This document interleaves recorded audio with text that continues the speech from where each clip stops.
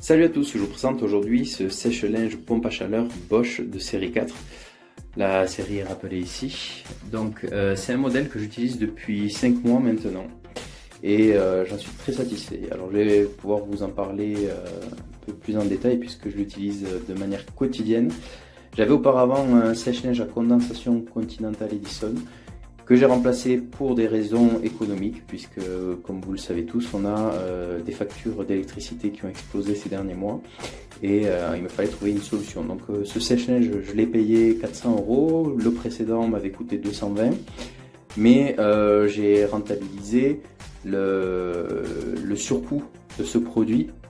J'ai pu voir une baisse de mes consommations d'énergie, notamment en suivant avec le limiting mes dépenses au quotidien.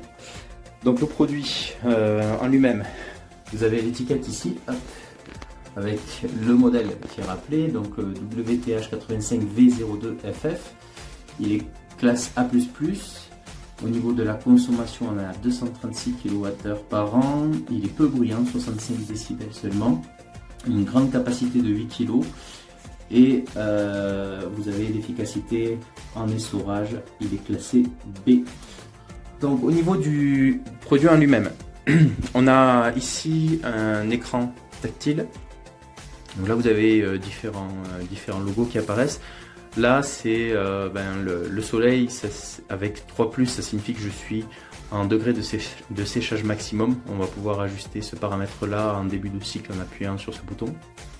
On va pouvoir régler la durée des cycles, si on veut rajouter des options, etc. Là on voit qu'on est sur un mode essorage et que l'appareil est en pause, donc on va dire en milieu voire fin de cycle.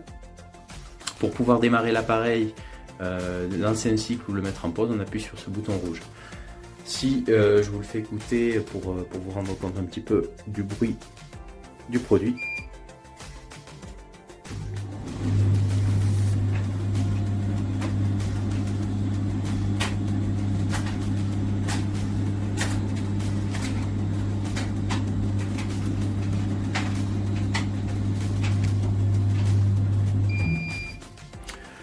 Donc voilà, moi je le trouve pas spécialement bruyant, il est dans une petite pièce qui est située à 5 mètres de ma chambre à coucher, je peux le lancer le soir avec la porte fermée, vous voyez une vieille porte et pourtant je ne suis pas du tout dérangé pour dormir.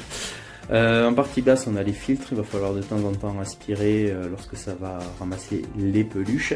Ce qui est bien avec cet appareil c'est qu'on a un capteur de poids, si la cuve est très remplie, on va être sur un cycle avec la durée maximum. Donc moi, sur un réglage en mix, je suis à 2h34 je crois. Enfin c'est entre 2h30 et 2h40. Par contre, si la cuve est remplie à moitié, ça va automatiquement ajuster la durée du cycle. Donc on peut très bien se retrouver avec un programme de séchage qui va durer simplement 1h30 au lieu de 2h40. Voilà, pour l'évacuation de l'eau, il y a deux possibilités, soit avec le tiroir avant, un long tiroir qu'il va falloir saisir à deux mains quand il est plein parce qu'on peut le casser, c'est tout en plastique. Et en fait on voit en partie supérieure là qu'on a un trou, c'est par là qu'on va évacuer l'eau. Donc voilà, on va présenter ce compartiment au-dessus de l'évier, on va le vider quand il est plein. Bon là c'est pas nécessaire, je l'ai fait tout à l'heure. Ça c'est quand on n'est pas dans une pièce qui est pourvue d'une évacuation en PVC. Par contre, si on a une buanderie avec les raccordements prévus à cet effet, on a tous les flexibles à l'arrière de l'appareil qui vont permettre le raccordement pour ne pas avoir à se préoccuper de vider le bac tous les 5 ou 6 cycles.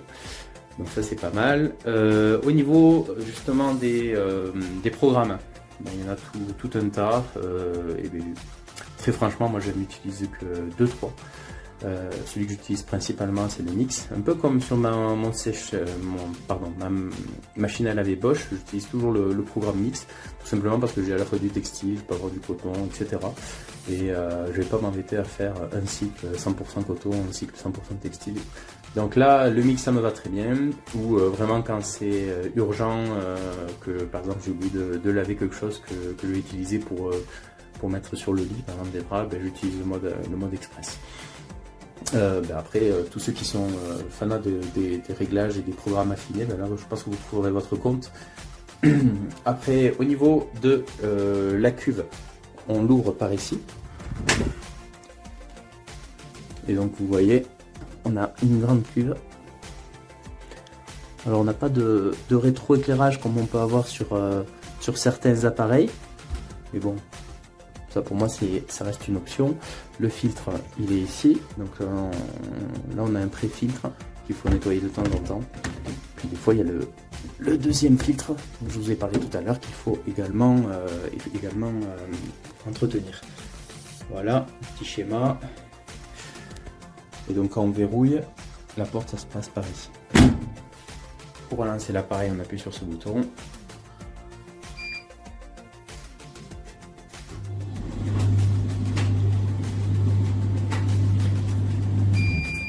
Et donc là il se remet en route pour 1h17. Voilà, donc moi ce que j'en pense maintenant de ce sèche-linge, j'en ai parlé tout à l'heure succinctement, je suis très content d'avoir changé pour un modèle pompe à chaleur qui est évidemment bien plus économique que le modèle à condensation.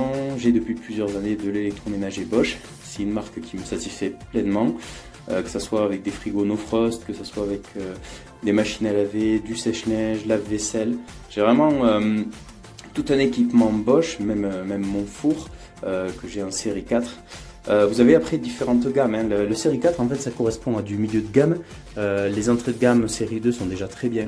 Et après série 6, bon mais ça on rentre dans le haut de gamme, je crois qu'il y a même du série 8 chez Bosch. Mais ben voilà, il faut avoir le budget qui suit derrière. Mais sachez que même déjà sur du série 2, on a du matériel durable et très bien.